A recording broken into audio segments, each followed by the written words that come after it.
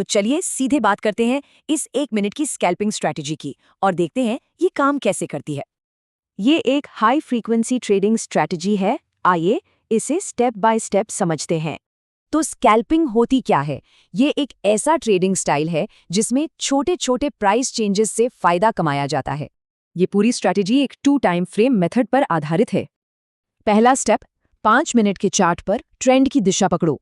फिर दूसरा step, 1 minute के चार्ट पर एंट्री ढूंढो। मार्केट की दिशा पता चलती है सपोर्ट और रेजिस्टेंस से। सपोर्ट मतलब प्राइस फ्लोर और रेजिस्टेंस मतलब प्राइस सीलिंग। चलिए पहले एक बाय सेटअप का उदाहरण देखते हैं।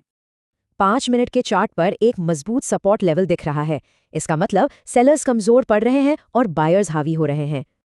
अब जब मार्केट की दिशा ऊपर की तरफ तय हो गई तो एंट्री के लिए 1 मिनट के चार्ट पर चलते हैं।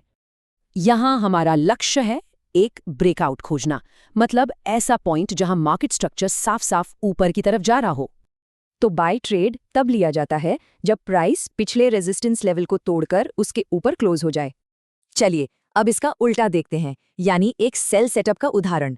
यहां 5 मिनट के चार्ट पर कीमत बार बार एक लेवल से टकराकर लौट रही है। कैंडल्स पर लंबी विक्स सेलिंग प्रेशर दिखा रही हैं। लेकिन 1 मिनट, इस स्ट्रैटेजी की सबसे खास बात है मल्टीपल कन्फर्मेशंस, यानी एक साथ कई संकेतों का मिलना। और वो भी 1 या 2 नहीं, बल्कि पूरे 3 कन्फर्मेशंस। यही इस स्ट्रैटेजी का सीक्रेट है। पहला, 5 मिनट के चार्ट से नीचे की दिशा। दूसरा, 1 मिनट चार्ट पर सपोर्ट का टूटना। और तीसरा, ट्रेंड लाइन का टूटना।